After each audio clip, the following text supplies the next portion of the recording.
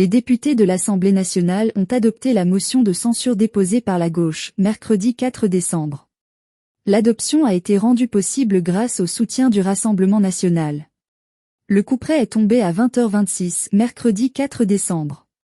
Yaël Braun-Pivet, la présidente de l'Assemblée nationale, a annoncé l'adoption de la motion de censure. Conformément à l'article 50 de la Constitution, le Premier ministre doit remettre au président de la République la démission du gouvernement, a-t-elle ajouté. La séance est reprise.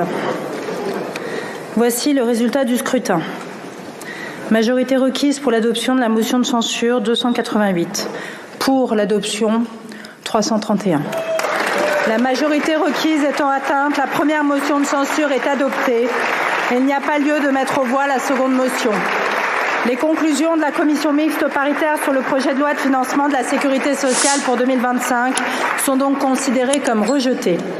En raison de l'adoption de la motion de censure et conformément à l'article 50 de la Constitution, le Premier ministre doit remettre au président de la République la démission du gouvernement.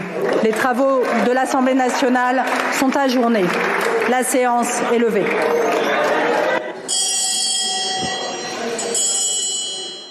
La motion de censure déposée par la France insoumise, LFI, a été adoptée, avec les voix des députés du Rassemblement national. 3 heures plus tôt à la tribune, Éric Coquerel, député LFI de Seine-Saint-Denis, et Marine Le Pen prenaient la parole pour justifier leur choix.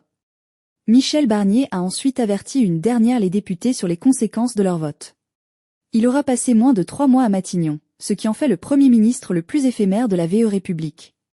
Aujourd'hui est un jour historique qui porte un signal puissant pour l'ensemble du pays. Et ce signal est le suivant. Le seul souverain en République et en démocratie, c'est le peuple.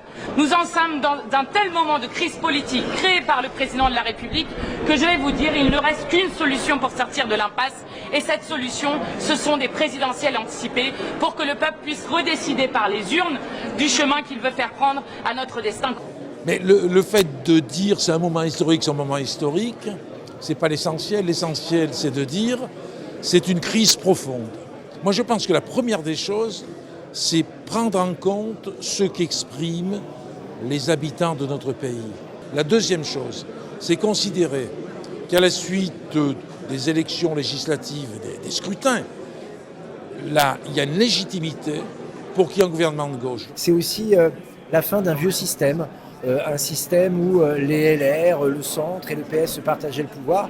Il y a un nouvel acteur majeur qui s'appelle le Rassemblement national. Cet acteur majeur aujourd'hui central, premier dans la vie politique française, Michel Barnier l'a ignoré. Le pays vit un moment important. Il n'y a pas eu de censure depuis 1962. Créons les conditions, nous les députés républicains, démocrates, d'un gouvernement stable, d'une majorité stable, d'une coalition stable ici à l'Assemblée nationale qui pourrait aller de la droite républicaine aux sociaux-démocrates, voire aux écologistes.